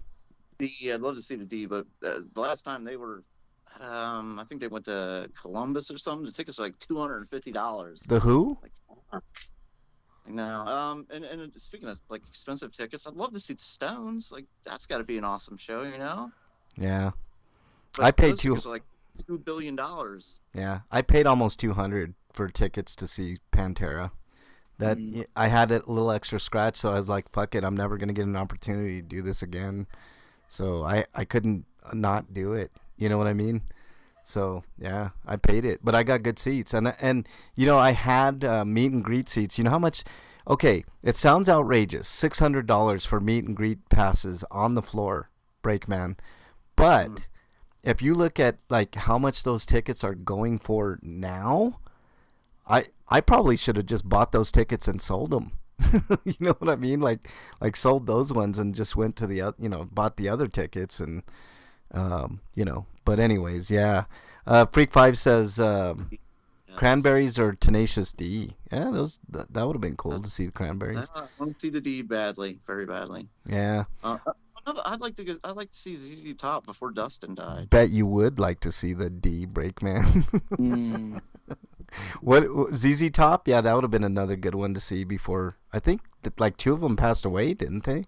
Just one. Just one. Dustin. Yeah. I would have liked to have seen Jimi Hendrix. Or the Doors. Yeah. Oh my God. Like he did some crazy shit, like playing the guitar on top of his head and shit. Yeah, with his teeth. Yeah. Like, I would have really liked to have seen Prince in concert. Who else? I've never seen Judas Priest. Hopefully, I'll get a chance to see them. Iron Maiden's another one. Although Iron Maiden are kind of dicks. They're like anti-weed and I don't know. But the music's great. Killswitch Engage. Oh, Killswitch would be great. Yeah, hell yeah, man. I would love to see Killswitch. If I could go back in time and see Sepultura a time or two again. I saw them. That was the last Pantera concert I saw. It was Pantera, Sepultura, and Prong at Red Rocks, and it was great. But the Genesis for Peter Gabriel and Phil Collins. Oh shit, yeah, man. Why not? That would have been cool. Tom McDonald, Scotoma says. Yeah, I could see that. I don't know, man. There's so many good ones. Like I would pay good money to see Gojira again. I know they're coming. We should probably go to that one too. Gojira was great. Who else? Killswitch Engage would be a great one, Eric. I'm surprised you. I mean, hell yeah. God, there's so many, man. Santana. I got a story about Santana. I had tickets to go see Santana, or a ticket to see Santana, and I was in college at the time, and I was so involved in my studies that I forgot about that concert, and right when I remembered it, the concert was starting, so there was no way I would have been able to get my butt over there and see that concert in time, man. It broke my heart. So yeah, Santana would have been one I would have really loved to see. Scotoma says Robert Plant. Oh God, that would be cool to see Robert Plant again. Yeah, Metallica. I've seen Metallica 5-6 times. Michael Jackson would have been a great concert to see. That's from Mrs. Breakman. Yeah. Yeah, I've seen Metallica. They put on a hell of a show. Metallica does. But I've seen a lot. So, but there's Slayer would be another one I would love to have seen. I talked to somebody about seeing Slayer in concert, and it's almost like a rite of passage. Like, what's that, Break? I've never seen Eminem live. Eminem? I saw D12, but I never saw Eminem. Huh. Yeah, Eminem would be a cool concert to see. Snoop Dogg? I've never seen Snoop Dogg in concert. Yeah, that'd be badass. You're right. Yeah. Dr. Dre, Ice Cube. Still do concerts. Scotoma says, yeah, Led Zeppelin. That Robert Plant, Led Zeppelin, yeah. Scotoma says the Cars. That would have been a great concert. I didn't even notice that. My bad. Sorry. That's all right. I wasn't. The Cars, yeah, for sure, Scotoma. I mean, there's so many, but man, I was just. Utada Hikaru would be one for me. Yeah. I was just waxing nostalgic about Pantera, and it was super fortuitous that, after I was all bummed out that they weren't coming to Denver, they released a whole new slew of concert dates, and Denver wasn't included. And then said this one, the Beatles. Oh, the Beatles? That would have been cool. Elvis, I mean, Chuck Berry. Holy shit! Can you imagine seeing a Chuck Berry concert, Break? Holy hell, that would be fucking badass. Yeah. Stuff like that, man. I mean, but I don't know. I was just waxing nostalgic, and then I'm getting like one of my dreams come true, being able to see Pantera again. Plus I get the added bonus of seeing like one of my favorite guitarists, Zakk Wylde. He's taken over Dimebag's duties for the tour, and one of my favorite drummers, Benante from Anthrax, is drumming for them. Plus, I get to see the lead singer and bassist from Pantera. I mean, it's just gonna be a dream concert to go to. I can't wait. They're going with Lamb of God. I'm not a huge Lamb of God dude, but I heard they put on a heck of a show, so I'm just so stoked about it, man. And I paid good money for the tickets, but the memories, you know what I mean? The memories are what I'm going for, man. At this point, it's just legacy. Ooh, Queens of the Stone Age are great. Break. I'd go to that in a heartbreak. Journey, Scotoma says. Hell yeah, Journey would be a great concert to go to. What about Doors? Me and Mrs. Breakman went to see Journey live. Really? I bet you it was awesome. Did you see Perry or did you see Arnel Pineda? It was Steve Aoki, wasn't it? I think it was Aoki. Sounded good. Perry, you mean? Yeah. Violent Femmes put on a good show. Concert? What's that, Eric? Have you seen a Floyd concert? Pink Floyd would be another great one. No, I have not, Eric, but I would love to go see Pink Floyd in concert. They're great. I like their music a lot. Korn. Jesus. Yeah, that'd be good. I saw Korn. With Metallica, Linkin Park, System of a Down. I was about to say System of a Down. Yeah. Soundgarden. Queen, yes. Queen would have been great to see, Scotoma. That's a great one. Mark is one of the greatest singers ever lived. I agree. He's the greatest frontman ever, in my opinion. I mean, you know. He could enunciate and pronounce words better than most any other singer.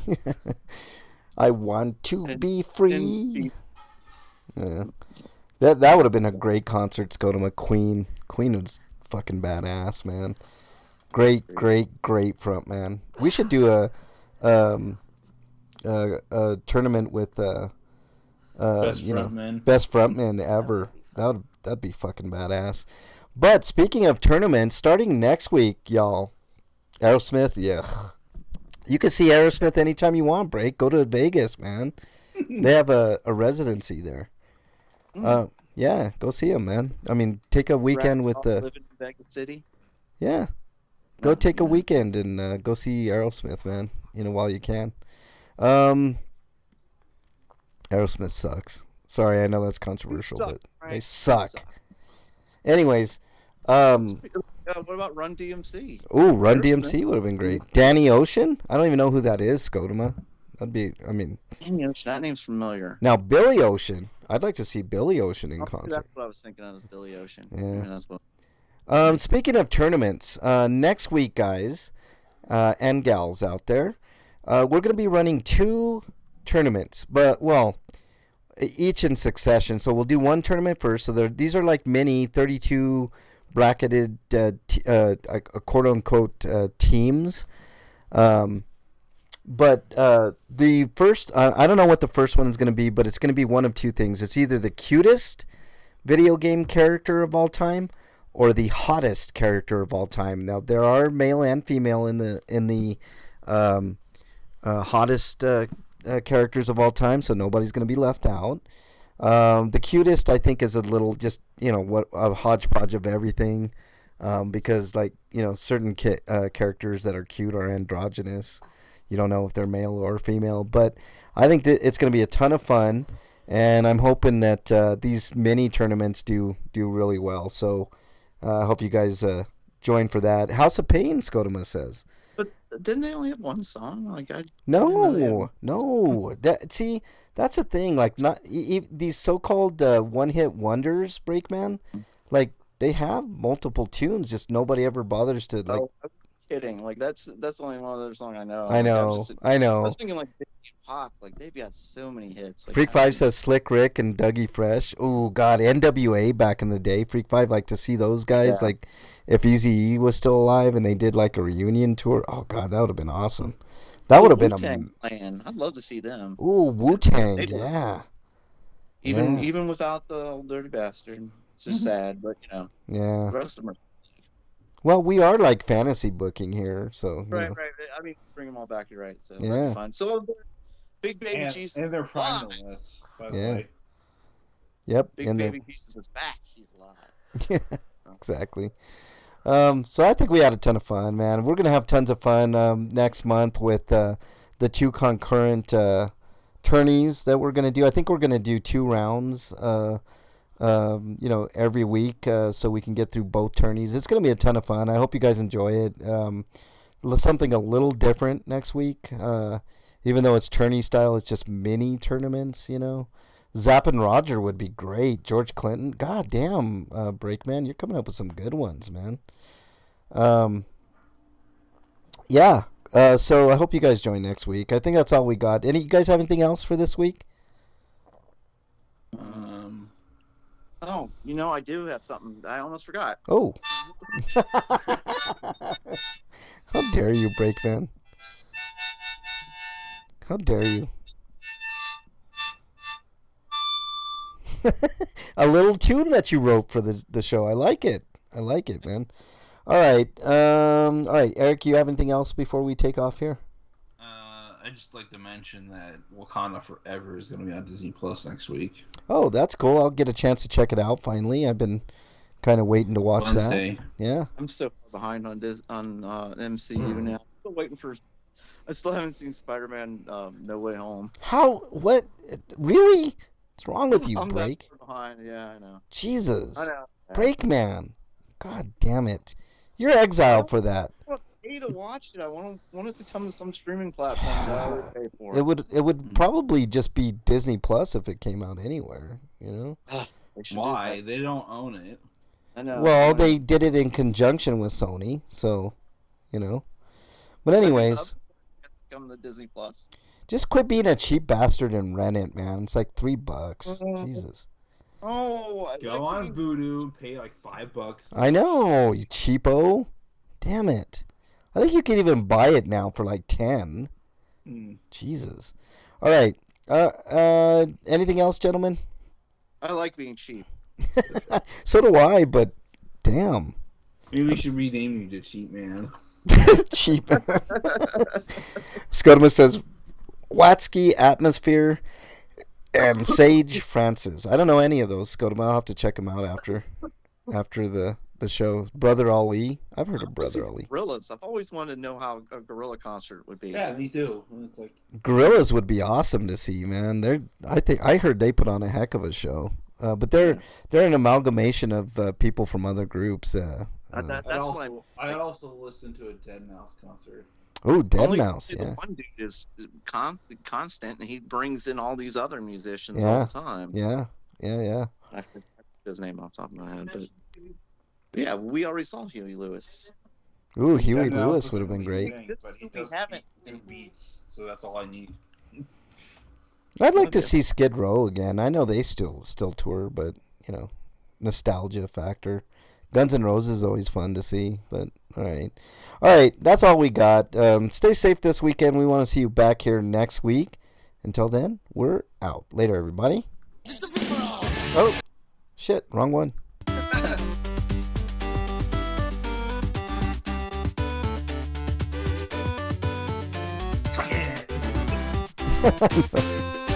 Suck it! All right, your version, Break.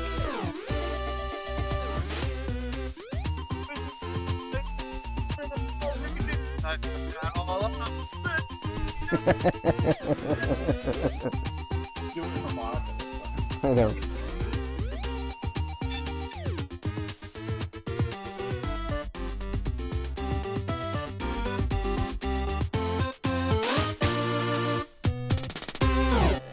Shit, we didn't even do plugs.